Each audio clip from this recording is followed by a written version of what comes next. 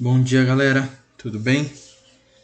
Conforme combinado então com vocês, hoje quarta-feira eu tô mandando essa videoaula, tá?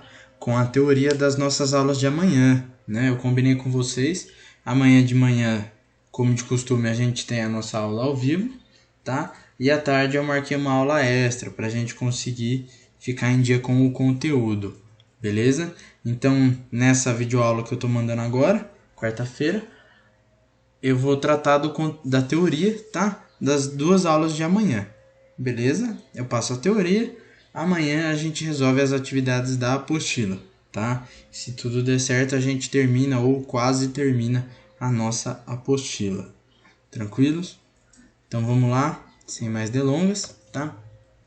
Se vocês pararem para pensar, desde que a gente começou esse segundo semestre, né, lá em agosto, apostila 3, a gente vem falando sobre eletricidade, né? E mais recentemente, agora, a aula passada, a gente falou sobre magnetismo, tá? O que a gente vai ver na aula de hoje? A junção dos dois, tá? A gente vai falar sobre o eletromagnetismo. Não é novo para vocês que existe uma relação entre elétrica e magnetismo. Vocês sabem isso, a gente comentou sobre ondas eletromagnéticas, não comentamos? Vocês têm uma noção sobre essa relação entre a elétrica e o magnetismo. E hoje a gente vai sintetizar, tá? Vocês vão ver que é bem rapidinho, não tem muito o que ficar falando, tá? A apostila de vocês ela envolve vários experimentos práticos que infelizmente a gente não vai conseguir tá realizando, mas é interessante vocês saberem, tá? E a gente vai resolver alguns exercícios aí da apostila. Vocês vão ver que é bem simples, tá? Então, pessoal, durante muito tempo cientistas debateram, né, sobre se existiu ou não uma relação entre uma corrente elétrica e o magnetismo, né, campos magnéticos, né? Até que sem querer, digamos assim, né, um professor conseguiu demonstrar, tá, essa relação entre as duas coisas, tá? E o que vem a ser, qual é essa relação entre a elétrica e o magnetismo? Pessoal, toda corrente elétrica gera um campo magnético, tá? Então toda vez que você tem uma corrente elétrica passando por um fio, ela está gerando um campo magnético, da mesma forma, igualzinho os campos magnéticos que a gente viu dos ímãs, tá? Então, por exemplo, se você tem um fio aqui, tá? Tá ligado lá numa pilha, tá? Uma bateria e passando corrente elétrica aqui. Ao redor desse fio, pessoal, existe um campo magnético, tá? Se você passar uma bússola aqui perto ou um ímã, você vai conseguir detectar esse campo magnético. Então toda corrente elétrica gera o campo magnético, tá?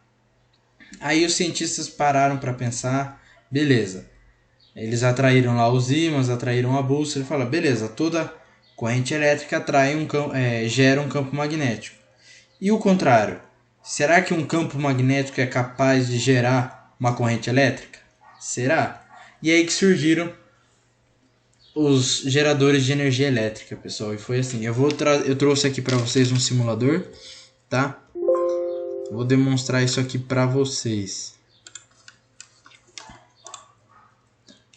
Então, aqui ó, inicialmente a gente tem um ímã, tá? Com o seu campo magnético, tá? Essas setas aí indicam o campo magnético do ímã, tá?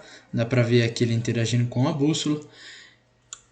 Se a gente tiver um eletroímã, o que é um eletroímã? Pessoal, olha lá, é a corrente elétrica passando por um fio metálico gerando um campo magnético, tá? Isso aqui é um eletroímã, tá? Olha aqui, ó.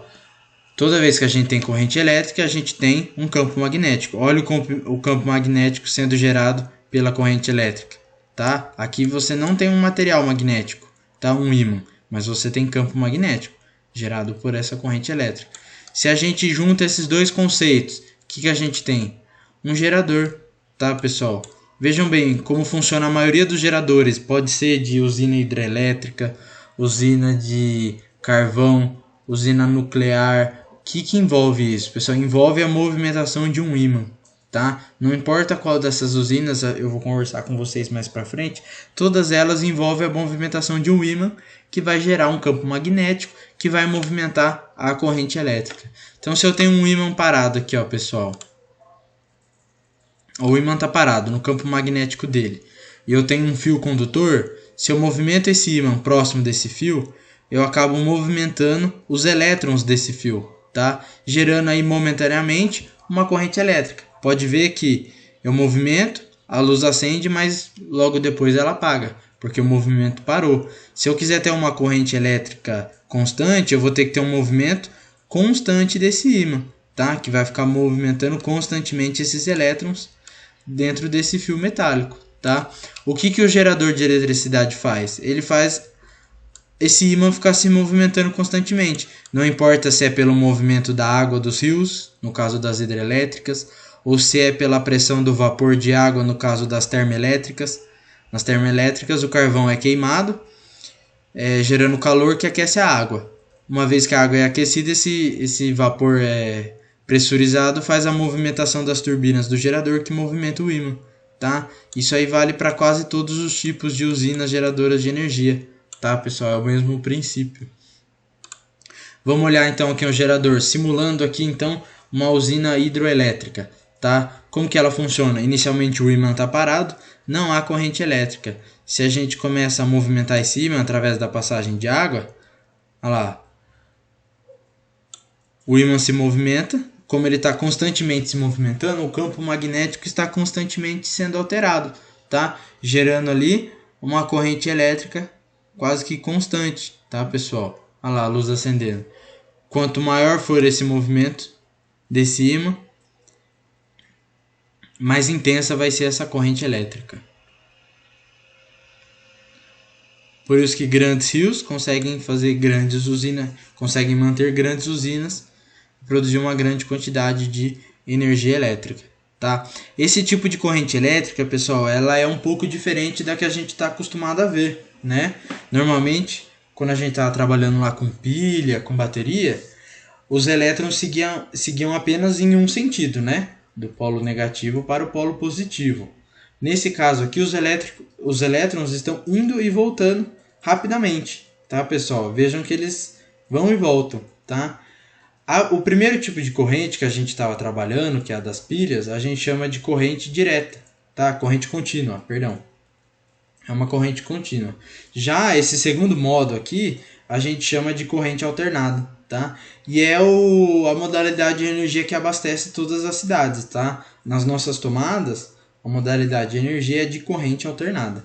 É isso aí que vocês estão vendo, tá? Isso traz muita facilidade pra gente, tá, pessoal? É por isso que você pode colocar o carregador do celular ou o plug de qualquer aparelho eletrônico de qualquer jeito na tomada. Não importa se você inverter os pinos, vai ligar o aparelho do mesmo jeito e não vai queimar, tá? Porque não tem polo positivo e polo negativo. Você não corre risco de errar o polo, tá? Por isso que atualmente se usa a corrente alternada, tá? Ela é muito mais fácil de se trabalhar. Senão, cada vez que você fosse ligar um aparelho na tomada, você ia ter que tomar cuidado ali de pôr polo positivo ou polo negativo, tá? Essa é uma das grandes vantagens da corrente alternada. Beleza? O módulo, se eu não me engano, acho que é o módulo 18, fala basicamente disso, tá, pessoal? Eletroímãs, eletromagnetismo, tá? Quem já viu uma imagem parecida com essa daqui? Isso é muito comum em filmes que mostra o ferro velho lá, né? Então o cara vem com esse guindaste, na ponta dele tem um ímã. Aí ele pega o carro, né? Geralmente é um carro ou um entulho metálico, né? Gruda nele e depois solta em outro lugar. Como é que ele faz para esse carro grudar no ímã e depois soltar, tá? Porque na verdade isso aqui não é um ímã, tá? É um eletroímã. Ele só produz o campo magnético quando está passando corrente elétrica. Ou seja, o operador ali ele tem um botão, tá? Que ele liga e desliga esse ímã, tá? Quando ele liga, gera um campo magnético, atrai o metal. Quando ele aperta o botão novamente, cessa a corrente elétrica, que não tem, se não tem corrente elétrica, não tem mais campo magnético, acaba a atração e o material se solta, tá? Isso é uma das aplicações. Existem portas, hoje em dia é muito comum ver em escritórios, consultórios, né? Que a porta ela fica presa, tá, com eletroímã.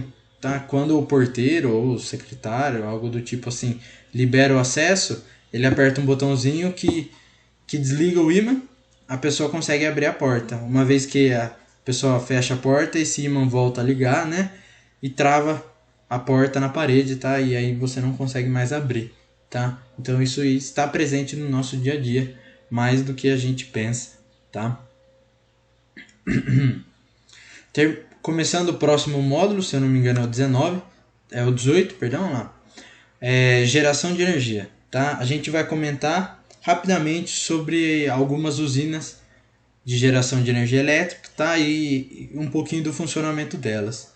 Não sei se vocês se lembram, no final do ano passado, vocês já viram sobre todas as usinas hidrelétricas, tá? No 8º ano, final, um dos últimos módulos da apostila de vocês é sobre todas as usinas hidrelétricas, tá? Então vocês já viram isso, tá? A gente vai retomar um pouco mais aprofundado, tá? Então eu vou comentar rapidinho sobre elas. Amanhã a gente faz as atividades da apostila, beleza? Usina hidrelétrica, pessoal. Do que ela consiste, tá? Você tem aí você que faz uma barragem num rio, tá? Que cria um grande reservatório de água. Essa água ela se acumula lá e ela tende a descer esse rio sob pressão, né? Então no interior dessa usina você tem tubos, né, que ligam o reservatório superior à parte mais baixa desse rio e a água desce por esse tubo, tá? À medida que ela desce por esse tubo, ela gira uma turbina, tá? A turbina do gerador. Ela desce aqui, ó, pelo tubo e gira essa turbina. Essa turbina nada mais é do que ela está acoplada a um ímã, tá? Uma vez que a turbina gira, o ímã gira também. E aí ocorre aquele processo que eu acabei de mostrar para vocês no simulador, tá? Girou o ímã, você tem uma movimentação dos elétrons aí gerando uma corrente elétrica, tá? Esse é basicamente o funcionamento das usinas hidrelétricas e vocês vão ver que com as outras usinas é basicamente o mesmo, tá? Pessoal, quando se trata qual é o melhor tipo de usina, tá? De geração de energia. Depende, pessoal. Cada tipo de usina tem os seus prós e os seus contras, tá? Por exemplo, a usina hidrelétrica, ela tem a vantagem de não gerar gases poluentes, tá? E ela utiliza também um recurso renovável, que é a água, tá? Contanto que a gente não acabe com as nascentes dos rios, né? Sempre vai ter rio e sempre vai ter água. Então essas são as vantagens, são aspectos positivos dela. Mas a gente encontra também aspectos negativos, tá? É necessário que você construa essa barragem que inunda uma grande porção de terra, né? Uma grande porção de terra acaba sendo alagada, né? As pessoas têm que ser tiradas dali, animais às vezes acabam morrendo, uma grande área de vegetação nativa acaba sendo alagada, tá? Depois vai se decompor e liberar gases, tá? Então não é bem assim, também 100% positiva, tá? Cada um tem seus prós e seus contras. Tem países que não têm condições de construir uma usina hidrelétrica, não tem rios favoráveis para a construção de usina hidrelétrica, tá? Então não é sempre, não é em qualquer lugar que você consegue construir, tá? Depende um pouquinho da ação climática também, né?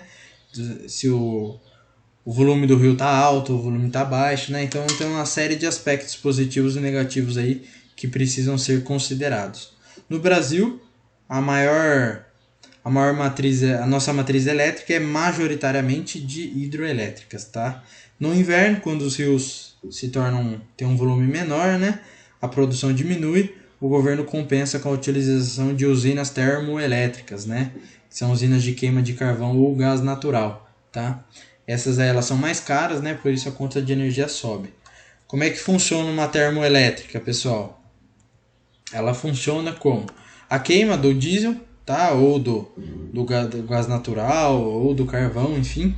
Ela aquece a água sob vapor gira a turbina do gerador que acaba gerando energia elétrica. É muito similar, tá? Só que em vez de ser a água do rio, é o vapor da água que está girando a turbina. Beleza? Continuando então, a gente tem as usinas termossolares. Elas não são muito comuns, tá? Não confundir elas com as usinas solares, né? As usinas fotovoltaicas, tá? Hoje em dia está se tornando bem comum as usinas fotovoltaicas. Aqui em Botucatu, inclusive, você tem empresa, você consegue ir lá e comprar a placa e instalar na sua casa, tá? Mas não é o caso dessa daqui, da termosolar, tá? Essa fotovoltaica que eu comentei, ela gera energia elétrica, tá, diretamente pela ação da luz, tá? As termosolares utilizam o calor, tá, proveniente do sol. Então ela é composta por vários espelhos, tá, que concentram a luz solar num único ponto, aquece esse material, que acaba aquecendo a água evapora e o vapor da água gira a turbina. A turbina movimenta o ímã do gerador, tá, gerando energia elétrica.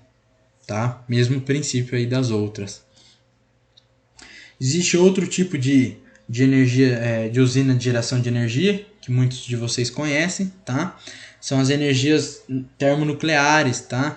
Que elas produzem energia a partir da fissão nuclear, principalmente do urânio, tá, pessoal? Mas vamos estabelecer exatamente, muita gente conhece usina nuclear e tudo mais, mas o que é exatamente fissão nuclear? Pessoal, fissão nuclear, o próprio nome já diz, tá? Fissão é quebra, fissura, tá? É uma quebra nuclear do núcleo, tá? Então, o que ocorre no processo de fissão nuclear, no caso do urânio, tá? O urânio, ele é quebrado, tá?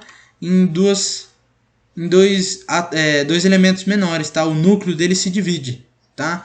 Principalmente aqui em bário, tá? Quando há essa divisão desse núcleo, essa quebra, há uma grande liberação de energia, tá? Principalmente na forma de calor. Aí esse calor é utilizado para aquecer a água. Aqui, ó. Aqui tem um esquema representando, tá? Aqui é a usina termonuclear, aqui é onde ocorre a fissão do urânio, gerando calor que aquece uma serpentina, que aquece a água. Essa água evapora e esse vapor da água gira uma turbina que acaba gerando energia elétrica. Posteriormente, esse vapor ele tem que ser resfriado, tá? Então, utiliza-se água de rio aí que está gelada para resfriar essa água que passou aí para ela poder voltar para o sistema, tá?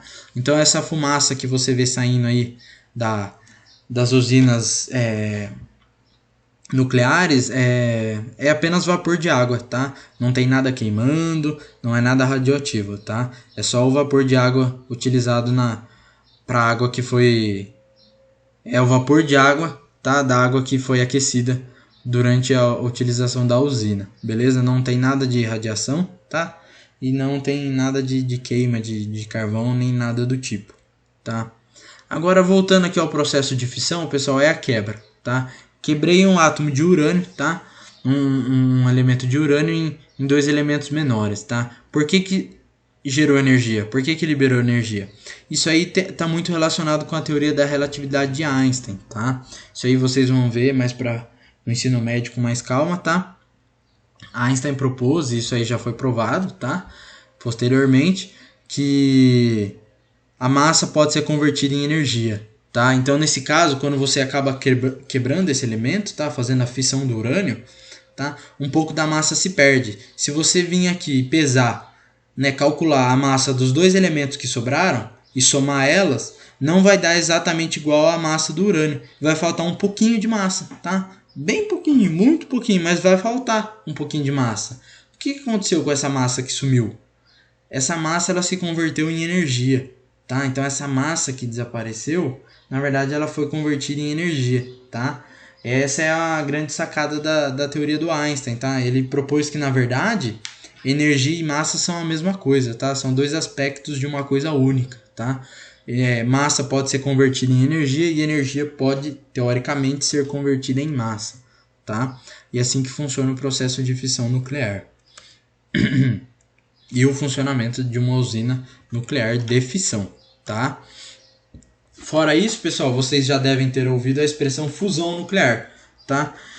Só para a gente deixar claro, então, o que seria a fusão nuclear? Para vocês aí não se confundirem. Pessoal, fusão nuclear é essencialmente o contrário da fissão, tá? A fissão era a quebra, tá? De um átomo. A fusão é quando a gente junta dois átomos diferentes, ou a gente aumenta esse átomo, tá? Geralmente com um próton ou com um nêutron, tá? Então a gente tem, por exemplo, um átomo de hidrogênio e a gente vai adicionando pedaços nele, tá? Até ele se formar um elemento aí hélio, tá? Cada vez que a gente adiciona, acaba gerando energia, também acaba havendo uma liberação de energia, tá? Atualmente não existem usinas de fusão nuclear, tá? Existem projetos de construção, tá? A gente ainda tem dificuldades aí técnicas, né, científicas para conseguir manter um sistema de fusão nuclear estável, tá? Então a gente não tem, mas acredita-se que em breve teremos, tá? Usinas de fusão, elas geram menos radiação do que as usinas de fissão, tá? Então elas teriam seria uma energia limpa, tá? E relativamente barata, de uma fonte aí praticamente inesgotável de recursos, tá? Existem muitos trabalhos envolvendo isso, mas por enquanto ainda nada muito concreto, tá? Existem bombas, né, de fusão nuclear, tá? As bombas nucleares, tá? Existem tanto de fissão quanto de fusão. Ambas envolvem esses dois processos aí que eu comentei com vocês. Beleza, pessoal? Era mais isso que eu tinha para comentar com vocês mesmo, tá? Amanhã a gente resolve as atividades da apostila. Se alguém ficou com alguma dúvida, por favor, pode mandar mensagem para mim no Clesep ou então perguntar na aula de amanhã. Beleza? Então, bons estudos e até amanhã.